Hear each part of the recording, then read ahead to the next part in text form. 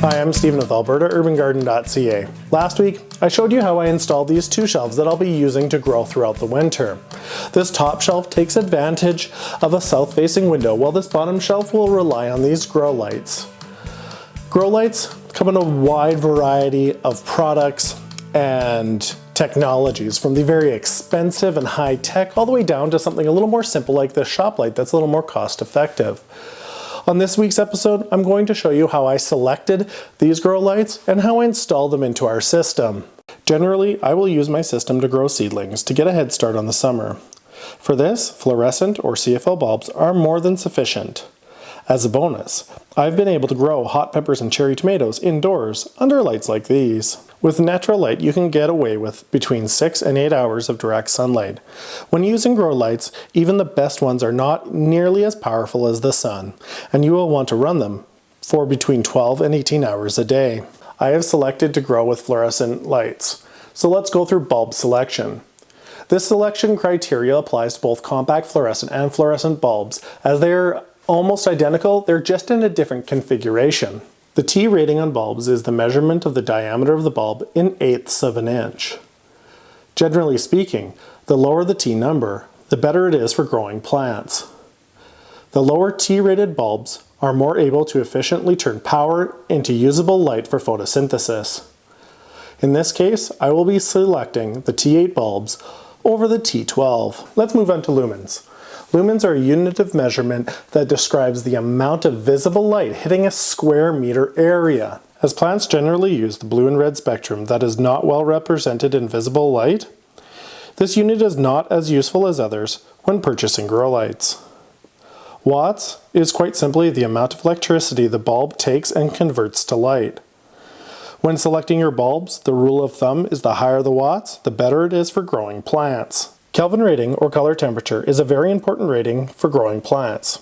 The sun puts off a wide spectrum of light, however, fluorescent bulbs are somewhat limited and often only spike in 1 or 2 wavelengths. Photosynthesis uses 2 wavelengths most effectively for growth, 6500 and 2100 Kelvin.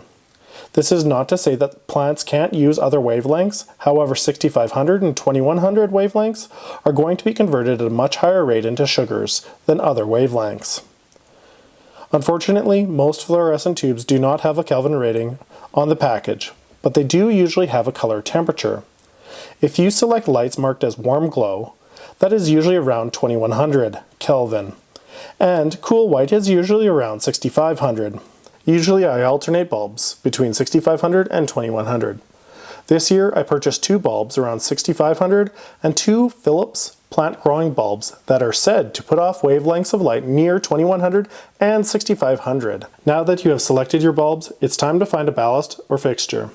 When selecting a ballast, I generally am going to look for ones that have reflectors and that is rated for a T8 bulb. Fluorescent light bulbs send out light equally in all directions. The reason why I like reflectors on these is the light that is originally sent out heading away from the plant will then be reflected right back onto the plant.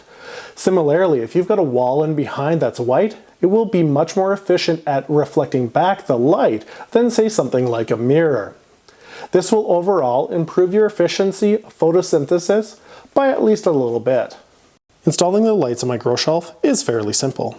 I have selected some screw mounts that will allow me to thread string through them to support the light, and it makes it easier to raise and lower the lights as need be. It is important that these mounts can handle some weight. You will want to make sure that they are placed close to the bracket and in the same place in both reference to the width and the depth of the shelf surface. I pre-drilled the locations where I wanted to mount them with a small bit. The screw will still need quite a bit of wood to chew into in order to hold the weight of the light fixture. I've installed 4 of these in order to help balance the weight across the shelf. The 4 bulbs that I purchased for this particular project cost me $29.41, and the light fixture cost me $69.98, for a total project cost of $99.39 in Canadian currency. The same system in the US would cost around $89.85 in US dollars. Last week, I estimated that this double shelf system will produce between $96 and $160 worth of plants. Adding the cost of the shelves, which was $84.54, the total cost of this particular project was $183.93 and should be paid off in just over 1 to 2 growing seasons, which is fantastic because this setup will help me grow in the winter for years to come. If you would like to know more about grow light technologies or would like to know more about how I use my fluorescent bulbs to grow plants indoors, check out the videos that are on screen now. Thank you very much for joining me today. I appreciate it very much, and I hope you have a fantastic day.